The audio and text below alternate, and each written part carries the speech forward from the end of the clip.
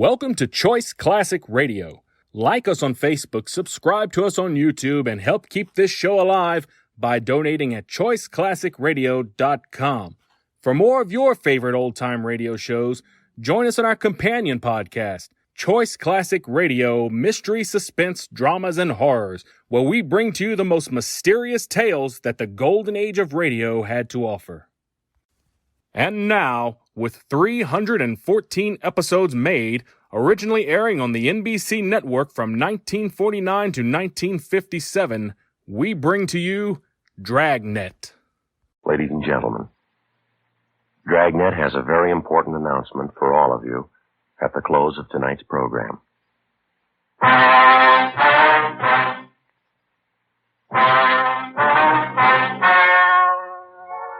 The story you are about to hear is true.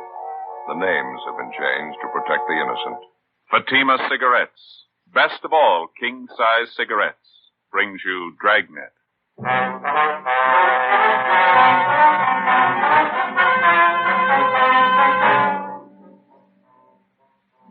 You're a detective sergeant. You're assigned to robbery detail. 2 armed bandits invade the home of an elderly couple in your city. The aging husband is tortured unmercifully before he reveals the hiding place of his valuables. The 2 thieves make good their escape. Your job? Get them.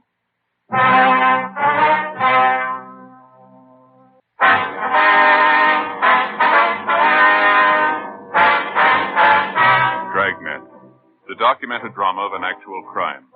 For the next 30 minutes, in cooperation with the Los Angeles Police Department, you will travel step by step on the side of the law through an actual case transcribed from official police files. From beginning to end, from crime to punishment, Dragnet is the story of your police force in action.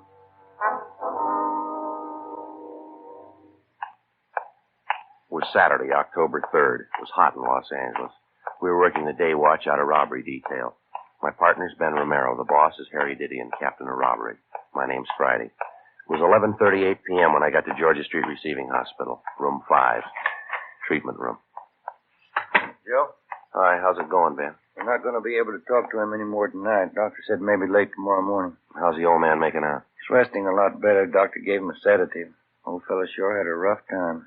Well, how about since I've been gone? Did he tell you anything else? No, just kept repeating the same thing. 2 guys forced their way into his house, beat his wife, tortured him, took all their jewelry. That's about it. Well, I put in a call to the office. I got a broadcast out on the information that we have. There's not much to go on. We should be able to pick up a little something more tomorrow. Doc said it's been a long time since he's seen anything like this, where they worked the old man over. What'd they do to the fellow's hands, anyway? The doctor able to tell? He thinks they used a hat pin on him, something like that. It's sharp and thin. At least a dozen wounds in both hands. He's pretty badly burned, too. Yeah. Hard to imagine somebody that cold-blooded. 71-year-old man, soles of his feet a mass of burns. Wonder his heart stood up through the beating I gave him. Has he got a weak heart? He's had a little trouble, yeah. Terrific shock going through something like this at his age. Well, maybe we better check back at their house, huh? See how the old fellow's wife is doing. Yeah, right. How's it shape up for you? Well, there's not an awful lot to go on yet. It wasn't a shot in the dark. I think we can count on that. Whoever the thieves were, they had some kind of an inside tip. The old man and his wife, well, they don't put up much of an appearance. You wouldn't be apt to figure that they had $3,000 or $4,000 in jewelry put away at home, would you? Maybe his wife might have some idea. Sure is a lousy shame. Yeah. Yeah, you might halfway understand that they just held him up, but working him over the way they did. There was no sense to it at all. Trying to show off what a couple of rough bums they are. Maybe that's it. Well, then let's do them a favor. Hmm? Let's show them what it costs. Ben and I got in the car and drove back to the Westlake Park area to the home of the robbery victim, 71-year-old Wendell McClung, and his wife, Catherine McClung. It was a 1-story wooden frame building, gray shingled, a typical modest 4-room bungalow. The men from Unit 31R who'd answered the robbery call were still there, standing by. Another pair of men from robbery detail, Powers and Gonzalez, were checking the neighborhood for possible leads on the suspects. Inside the house, Ben and I found Mrs. McClung propped up in an easy chair in the living room. She was a small, chubby woman, gray-haired, looked to be in her 50s. We assured her husband's condition wasn't critical. Outside of a small bruise on her forehead and a case of nervous upset, she seemed to be all right. In recounting the story of the holdup, Mrs. McClung told us the 2 bandits rang the front doorbell and forced their way into the house at gunpoint shortly before 8 o'clock that night. How about the color of their hair, ma'am? Their weight and the height? No, I hardly saw a thing. Just that one look at them when they first pushed their way in. Well, how was that, baby? Blindfolded? Guess they might just as well have.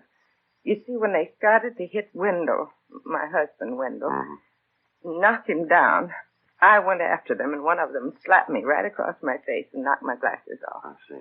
I reached out to find them, but before I did, I guess one of those gangsters stepped on them. $35 glasses, broke both of the lenses, just ruined the frame. Oh, look at that. Of course, I can't see a thing without them. That's why I say it might as well have been blindfolded. And you didn't have a chance to notice what kind of clothes they had on and what they looked like at all? Well, they weren't shabby, I know that. Pretty well dressed, if memory serves. Both of them in dark suits. If only they wouldn't have broken my glasses. How about their voices, Miss McClung? Anything unusual about the way they talked? Anything that they might have said? Miss McClung? No, I was just thinking. One's name was Sam, I remember that. The other one had sort of an accent of some kind, maybe from the Midwest or maybe Texas, one of those funny people. Funny people? How do you mean, ma'am? Well, you know, something like a cowboy or a farmer, that funny kind of talk. I see. I guess I really should be inside fixing you men a cup of tea. Maybe if you'd just help me up That's here. all right, ma'am. You just sit there. When my sister Dolly gets here, it shouldn't be too long. I'll have her fix something. There's no need to bother, ma'am. We'd like to have you tell us this if you can. Did your husband do anything at all to provoke the two men? I mean, did he call out for help or try to get to a phone, anything like that? It was the jewelry we had, Wendell and I, just those few pieces. The two men seemed to know all about it, just as if they had a list of the things. That's all. Yes. When they first came in, they took my engagement ring and old brooch that belonged to my mother I was wearing. Then they got Wendell in that chair over there and tried to make him tell where our other things were. Well, now, is it pretty common knowledge around the neighborhood here that you and your husband own expensive jewelry, ma'am? No, I don't think so. What the men seemed most interested in was Wendell's ring, his diamond signet ring. It was a beautiful thing, 4 carats. Yes, ma'am. We've got a description on that. That was when they tried to force your husband to tell them where it was hidden. Is that right? I never thought anybody'd be that cruel, officer. Downright cruel. They burned his hands and his feet, kept hitting him in the face with their fists. It was just terrible. Poor Wendell. He finally had to tell them. I see. They went and found the things, and then they came back in here and ripped out the phone. Warned us not to move. Mm-hmm. And then they left. I just broke down and cried, officer. To see poor Wendell there, the way they abused him. Yes, ma'am, we understand. You're sure he's going to be all right? What did the doctor say? Well, he said there's no danger, ma'am. Mr. McClung's resting comfortably now. Well, that must be my sister You want to Dolly. stay right here with Ms. McClung, Ben? I'll get that. Yeah, right. Joe? Hi, Jess. You and Powers do any good? I've been checking through the neighborhood 3 or 4 blocks around. Not an awful lot. A lot of people know the McClungs. Few of them know about their having jewelry. None of them saw anything unusual going on tonight. The thieves used the car. We know that. Didn't anybody at all spot it? I'm not sure, but there's one possibility. Some of the neighbors said a young kid was peddling magazines down this block tonight, just about the same time as a robbery. He might have spotted Well, that's something. fine. Where is the boy? Where does he live? Well, that's what we asked the neighbors. Yeah. Nobody knows. A supplementary broadcast and an APB was gotten out containing what description we had on the 2 hold-up men, plus descriptions of each article of jewelry taken from Mr. and Mrs. McClung. The following morning, along with Jess Gonzalez and Johnny Powers, we continued canvassing the immediate neighborhood of the hold-up. The only thing we got was a fair description of the boy who'd been selling magazines the night before in the vicinity of the McClung house, and also the names of the magazines he was peddling. Monday morning, 9 a.m. We got in touch with the local distributor for the publications, got a list of 5 boys who sold for them in that general area, and started checking them out. Third on the list was a Bill Newsom, a sophomore student at a nearby parochial high school. He lived a half a dozen blocks from the McClungs. We checked at his house, but his mother told us he wasn't at home. I'm sure Billy won't be long. Thank you, ma'am. Right in here, officer. Let's go ahead. Oh, thank you. Sit down, won't you? Thank you very much. Must be him now. Billy, in here. Yeah, Mom. Come in here, Bill. 2 police officers to see you. Huh? Bill, this is Sergeant Friday and Sergeant Romero, my son Bill. Would you excuse me? I'm going to have to start fixing dinner. You go right ahead and have your talk with Bill. I'll be out in the kitchen. All right, ma'am. Thank you very much. You speak right up now, Bill. Try and help the officers all you can. How can I help you? What's it all about? We understand you have a magazine out in the neighborhood, Bill. Your mother tells us you were out selling this last Saturday night. Yes, sir, that's right. Thursdays and Saturdays, they're my regular nights. Mm-hmm. I don't really sell, though. How do you mean, son? Well, you see, I line up all my customers ahead of time. I got a regular list of people that buy from me every week. I don't do any door-to-door selling. That way it's not much good. I see. Do you have a regular customer on your list by the name of McClung, Bill? It's M-C-C-L-U-N-G. Yeah, Mr. McClung. Once a month, he takes a gardening magazine. Comes out the last week in every month. Were you over near the McClung's place Saturday night? Remember? Yeah, I was. I went right by it. I've got customers all along that block there. Say, this wouldn't be about that robbery. That's right, Bill. You heard about it? After church Sunday, a couple of kids who go to the same school I do, they live right around the McClungs. They heard about it. What time was it when you went by there Saturday night, you remember? Oh, about a couple of minutes after 9, I guess. Maybe a quarter after. When I heard about the robbery on Sunday, I thought maybe I ought to tell somebody about it. I wasn't sure about it, though. You know, I didn't want to be a pest. What do you mean, son? You weren't sure about what? This dark blue sedan I saw parked on the street there, just a couple of houses down from the McClung's place. The reason I even noticed it was because it was a new car, almost a brand new car, but it looked like the license plates on it were kind of old. Mm-hmm. What else? Well, I delivered some magazines to Mrs. Brubaker, and I got my money for them. And then coming down the stairs, I saw these two men. I'm not sure they came out of Mr. McClung's house. Dark, you know, but I thought that's where they came from. Anyway, they went down the street, got in the car, and took off. Seemed to be in a hurry. Well, what did the two men look like, Bill? Do you have any idea? No, I didn't see them too well. Wasn't too close to them. I was about from, here to across the street from them. How about their clothes? You notice them at all? Yeah, they had suits on, dark suits, I know that. How would you describe their build, son? Medium, tall, fat, skinny? What would you say? Why, I think I'd say medium. Yeah, both of them medium. Now, about that car, Bill. You said it was a dark blue sedan, new model, and the license plates look kind of old. Is that right? Yeah, that's right. That's how I first noticed it parked down by the restaurant. How's that? About 7:15, when I started my route down on South Benson, I saw the same car parked outside the restaurant down there. Forget the name of the place now. It just opened about a month ago. You sure it was the same car? Oh, yeah, I'm pretty sure. That's why I noticed it again when I saw it up by McClung's place. I thought it looked kind of terrible. Brand new car like that with old license plates. By any chance, son, do you remember the license number on those plates? No, sir, I didn't notice it at all. I'll tell you what, though. Yeah? If I see that car again, I'll be sure and get the number for you.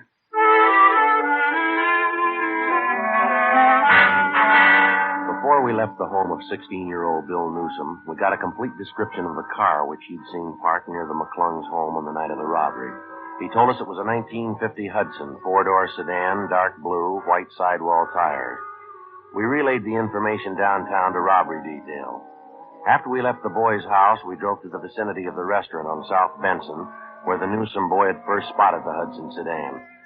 After making the rounds of several bars and coffee counters in the area, we started checking at the restaurant. It was newly opened, just as the boy had described it, full of glass, brick, and fancy modern stonework. The main bar was situated just off the lobby, set apart from the main dining room. We interviewed the head bartender, and he thought he remembered serving two customers, answering the general description of the hold-up men on the previous Saturday night. Not a bad-looking pair. They're in a little early, around 7:15, 7:30. They seem to be all right. Do you remember what they looked like at all? No, I didn't notice them that much, officer. Can you give us some general idea? They're on the young side, I guess. Not more than 28, 30. One of them talked like a Midwesterner, I think. You know, maybe Arkansas, Texas, someplace like that. Well, could you give us any idea what they were wearing? Would you remember that? Both had suits on, dark suits. One had on a gray hat, and that's about all I remember. The reason I can place them at all is because Saturday was a pretty slow night at the bar. It's a new place here, you know. It takes a little time to cultivate a trade. Well, did these two men stop for dinner here? Do you remember that? No. They sat right here at the bar and had a couple of beers, and then they left. No dinner. Did you wait on them, sir? Yes, sir, I did. I served them both a bottle of beer, imported Dutch beer. Do you serve quite a bit of that imported beer, do you? No, not here, no. It's mostly cocktail trade. These two fellows are the only ones I remember asking for. Well, do you remember if the two men handled the beer bottles at all?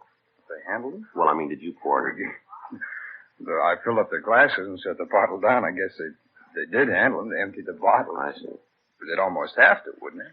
Would you still have those 2 bottles on hand? Well, let's see. Today's Monday. Yeah, I guess I would. They don't pick up the empties till sometime around the middle of the week. We'd like to take a look at them if you don't mind. Oh, sure thing. You guys just want to follow me down the bar here? It's in the storeroom just in back. All right, let's go.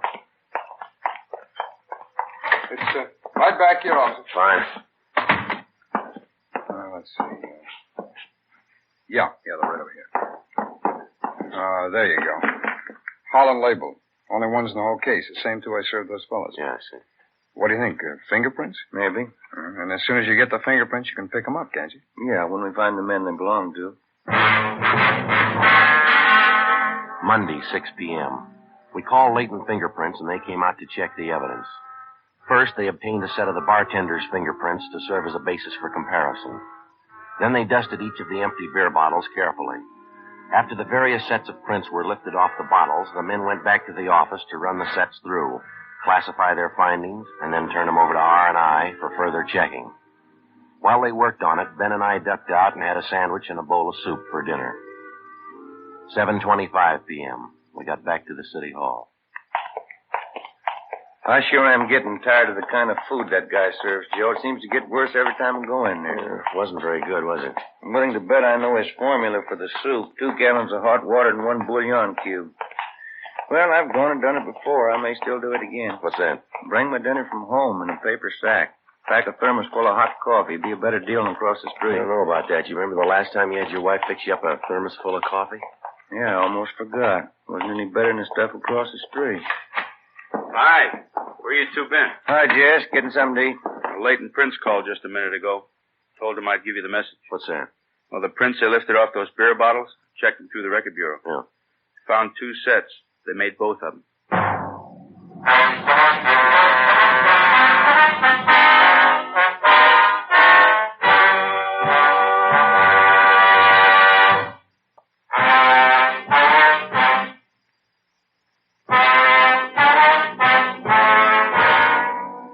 October 5th, Saturday, 7:40 p.m. The 2 sets of fingerprints which had been lifted from the empty beer bottles were checked through R&I and identified as those belonging to 2 known criminals. The first was Henry Vincent Moss, WMA, 29 years old. He'd served 2 terms in the county jail for burglary and grand theft auto, and 1 term in San Quentin for robbery. The second was Ernest Robert Windsor, WMA, 28 years old. His home was listed as Little Rock, Arkansas, where he'd twice been convicted on charges of first-degree burglary and served time at the Arkansas State Penitentiary. We pulled the packages on both of the men, checked the last known addresses, but failed to locate either of them. To double-check their identification, we showed mug shots of Windsor and Moss to the robbery and torture victims, Mr. and Mrs. McClung. They gave positive identification of both men. So did the bartender at the restaurant where they'd stopped for the beer. We got out a broadcast and an all-points bulletin on them immediately. We began the routine legwork, checking with all the friends, relatives, and associates who were listed on the mama sheet in each suspect's package. As usual, it was a long, monotonous haul. One of the persons listed as fairly close to Ernest Windsor was an aunt of his, a Mrs. Marie Rolfe, whom we located at her home in the Echo Park district. No, I haven't seen Ernest in almost a year, Sergeant. What is it you want him for? I'd like to talk to you about it a few minutes, Mrs. Rolfe, if you don't mind. I don't know how I can help you. You can come in for a minute if you want. I've got to go out and do some errands pretty soon, though. It's all right, ma'am. Thank you. Right in here. Sit down if you want. Thank you very much. Just got finished taking care of my little children here, getting them nice, clean cages. Good singers. They all canaries, ma'am? Oh, yes. Oscar and Ethel, that's these 2 here. They're both genuine rollers. Their grandfolks came from Germany. Beautiful singers. Wonderful company. Yes, ma'am. My others are pretty, too. They're only choppers, though. Ma'am? Choppers. They're different than rollers. They sing much louder. Maybe not as nicely, but I don't like to play favorites. I like all of them. You have birds, Sergeant? No, ma'am. You should. I think everybody should have a canary in the house. Cheerful, you know. Wonderful company. Don't know what I'd do without mine. About your nephew, Ernest, Ms. Rolfe. Have you any idea at all how we could contact him? As I say, it's been almost a year since I last heard from him. What would this be about, Sergeant? Just a routine investigation, ma'am. We understand that you're quite close with your nephew, that he lived with you for a time. Yes, that's right, he did. When you come right down to it, Ernie's a good boy. He kept bad company, that's what I always said. Got him in trouble 2 or 3 times. I suppose you know that. You live alone here in the house, do you, Ms. Rolfe? Yes, that's right, Sergeant. See, I'm a widow. Husband's gone a good many years now. You don't take in boarders or anyone like that, Oh, do you? no. Just me and the pets here. They're company enough. I wonder if you'd explain that laundry piled up in the bed there in the next room, ma'am. What's that? The men's shirts, stockings, the underwear, they're right there in the bed there. Well, I usually try to keep things in better order than that. Just some laundry I do, Sergeant. Little odd jobs for some of the bachelor men in the neighborhood. I do it as a favor for them. You're sure about that, Miss Ross? Yeah? What do you want Ernest for? Why do you have to chase after him all the time? Persecute him? We're not persecuting him. Ever since he's come here from Arkansas, it's been nothing but police chasing after him. Can't you give Ernie a chance? All he wants is a chance. He told me so himself. We've checked through his record, Miss Rolfe. He's had all the chances in the world, and nobody's persecuting him. Then why are you chasing him again? Hunting him down? Why don't you leave him alone for a spell? Give him a chance to get a job, do something. Why are you chasing him? Well, this is a robbery charge, Miss Rolfe. He's been positively identified. He and Henry Moss forced their way into an old couple's home a few weeks back. They tortured the old man, and they beat him till he was unconscious. That's what we want Ernie for. How'd you know it was Ernie? You could have made a mistake. No mistake, ma'am. The victims identified his picture. There wasn't a doubt in their mind. And where is he? You sure that's the truth? You sure it's Ernie again? Yes, ma'am. Again. You can have all the proof you need. The last time he told me he swore on the memory of his own mother. He swore he wouldn't do anything wrong again. I guess I just don't know, Ernest. Where is he, ma'am? You want to tell us?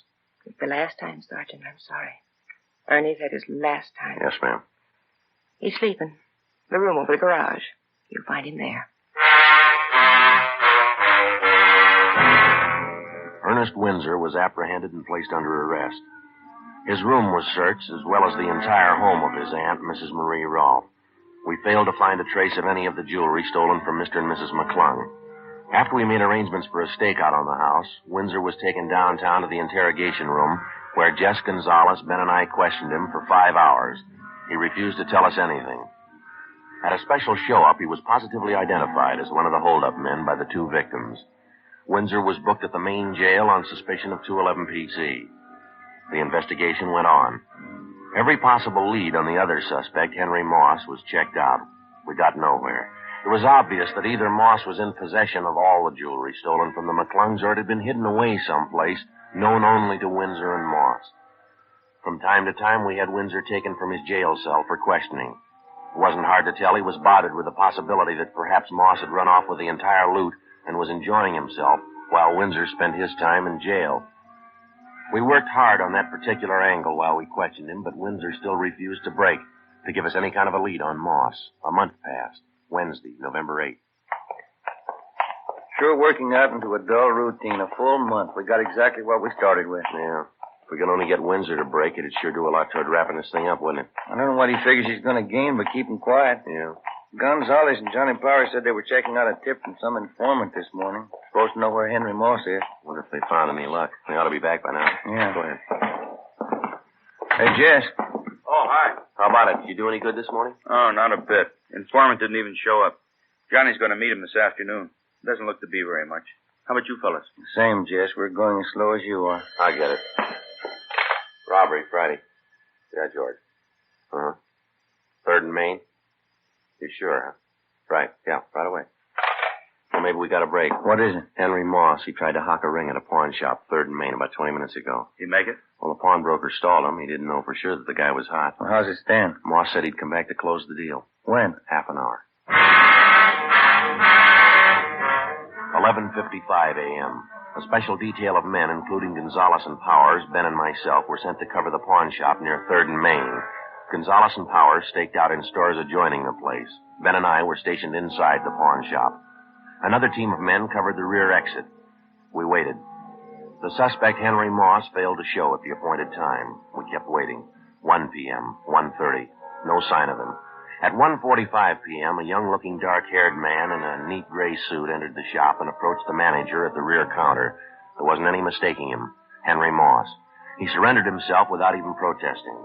We took him to the city hall, to the interrogation room, where we started to question him. Meantime, Gonzalez and Powers located the apartment where the suspect had been staying.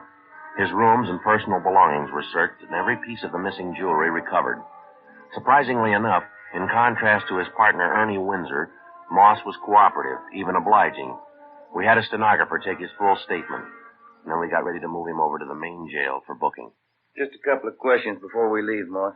Sure, Sergeant. Go ahead. We've had you in here before. How come all the cooperation this time? Why not? I had it figured before time. If you got me, you'd have everything you need on me. Wouldn't do much good putting in a beef with it. Whose idea was it to start with, Moss? The hold-up deal. Yours, or was it Windsor's? Both of us, I guess. I didn't want to get rough with the old man. I mean, the way Ernie did. That part I didn't like. All I wanted was the loot. Ernie just lost his head. Too bad. All right, you ready to go? Anytime, Sergeant. Hey, I wonder if I could ask a favor. What's that? Well, it's going to get a little tough in there in that jail. Wonder if we couldn't stop for a good steak and some French fries first, huh?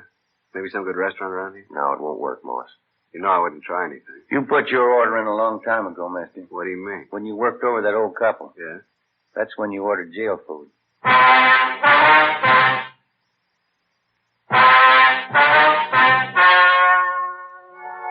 The story you have just heard was true. The names were changed to protect the innocent. On March 2nd, trial was held in Superior Court, Department 88, City and County of Los Angeles, State of California. In a moment, the results of that trial. Now, here's our star, Jack Webb. Thank you.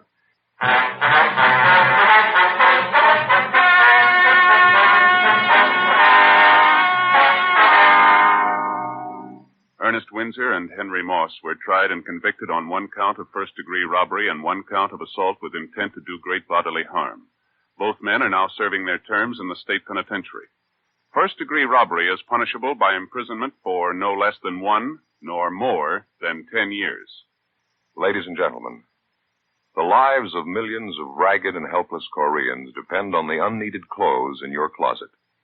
Help these men, women, and children live through the winter. Send your clean, unneeded clothing and shoes prepaid directly to the Ark, Maspeth, New York, or the Ark, Oakland, California.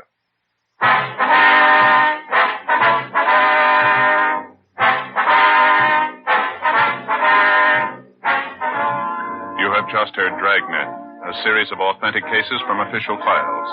Technical advice comes from the Office of Chief of Police W.H. Parker, Los Angeles Police Department. Fatima Cigarettes, best of all king-size cigarettes, has brought you Dragnet, transcribed from Los Angeles.